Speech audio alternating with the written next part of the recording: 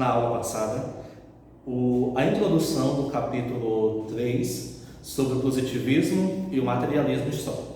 Nós vimos a teoria positivista e o seu principal representante, o seu fundador, Auguste Comte, e hoje nós vamos ver o positivismo histórico, que tem base em dois filósofos, Karl Marx e Friedrich Engels.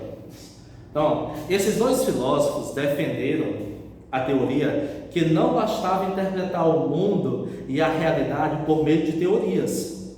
Era necessário investigar sobre a realidade na qual as teorias queriam falar. Não deveríamos interpretar essa sociedade, por exemplo, pelo livro que você está estudando, mas sim por uma análise da nossa experiência e também do nosso olhar para podermos interpretar a realidade. Construíram assim o materialismo histórico, que é o nosso tema de hoje. Beleza? Então lá. Ao falar de materialismo histórico, os pensadores criaram então a seguinte frase: a dialética é material. Como assim, professor? A dialética é material. Ou seja, a realidade ela não é expressão de nenhum espírito ou forças do infinito, como algumas teorias falam, né? Mas ela seria o quê? Matéria. As coisas presentes na natureza ou na sociedade teriam origem na realidade material. E nossos pensamentos surgiriam dessa realidade e não de uma força espiritual ou uma razão espírita que está além da nossa interpretação, está além do nosso entendimento. A condição humana seria então determinada pelas atividades materiais desenvolvidas pelos homens em sociedade.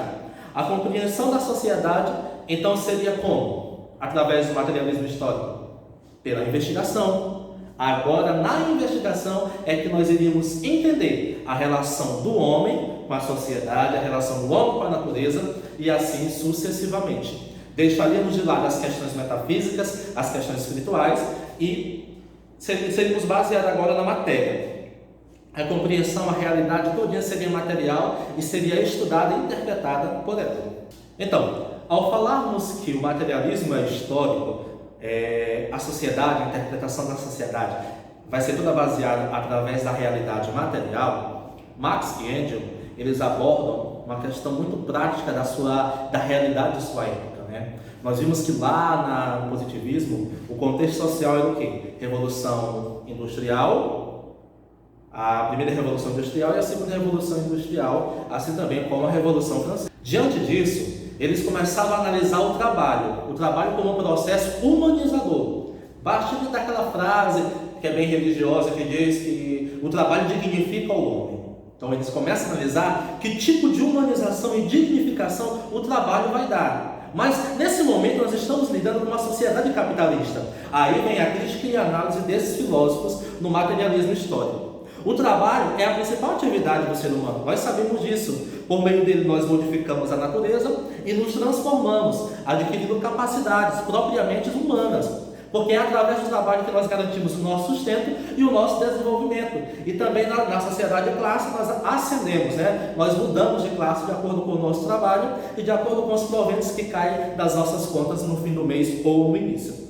Na sociedade capitalista, aqui vamos falar um pouco do capitalismo, o trabalho, em vez de humanizar, de dar dignidade, ele embrutece o homem, pois o trabalhador se transforma em mercadoria. Na sociedade capitalista, o trabalho, em vez de humanizar, ele embrutece o homem. Como assim embrutece o homem? Pois na sociedade capitalista, o homem não é visto como processo humanizador, criador e desenvolvedor da sociedade, da relação com a natureza que ele tem, mas sim como uma mercadoria, onde tudo no capitalismo é visto como um mercado, é visto como capital. A sociedade capitalista, para Marx e para Engels, ela tem essência na exploração do trabalhador e na deploração das condições de vida de cada trabalhador e de cada meio na qual ele está inserido, né? Na maioria da população. Por isso, ele não seria o último estágio do desenvolvimento humano. Como assim, professor? No positivismo e em outras também áreas que vocês podem ler, diz que o último estágio de desenvolvimento humano seria o capitalismo, e até em teorias capitalistas. Professor, mas se fala tanto de capitalismo, o que é o capitalismo? É uma organização econômica e também de ordem social. Não se pode pensar no capitalismo somente como ordem econômica, mas também como uma ordem de organização social, pois ele divide a sociedade em classes. E assim acaba dando diferenças entre a burguesia e o proletariado, aqueles que ganham e os que trabalham bruscamente para enriquecer os seus patrões e ficam com essas misérias de salários e com poucas condições de vida. A história da humanidade, ela é marcada por uma luta de classes exploradas e as classes exploradoras, oprimidas e opressoras.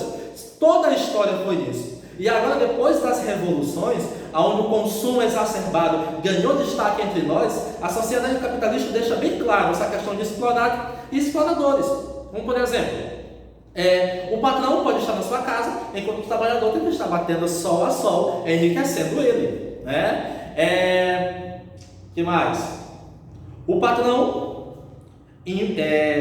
coloca para o seu funcionário para que ele alcance uma meta. No final do mês ele tem que vender 60 mil reais, por exemplo. Se ele não alcançar essa meta, ele não vai ganhar sua comissão. O trabalhador, necessitando de dinheiro, vai trabalhar redobrado, tirando as suas folgas, tirando o seu horário de almoço, para poder conseguir bater essa meta e ganhar um extra. Essa também é uma realidade da sociedade capitalista que acaba explorando a dignidade do trabalho. No capitalismo, a luta seria então entre quem? A classe opressora, burguesia, aqui nós vamos lembrar de história, certo? Detentora da propriedade privada, pois o capitalismo ele é gerado na propriedade privada e é contra o Estado liberal, o Estado onde o Estado é o detentor de tudo.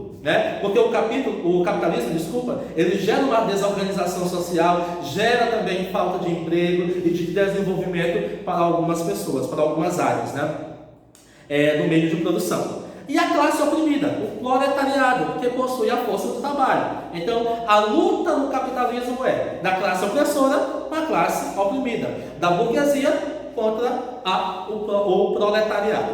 Seria necessário acabar com o capitalismo e colocar fim na sucessão de organizações sociais baseadas na exploração do homem pelo homem, como é o capitalismo.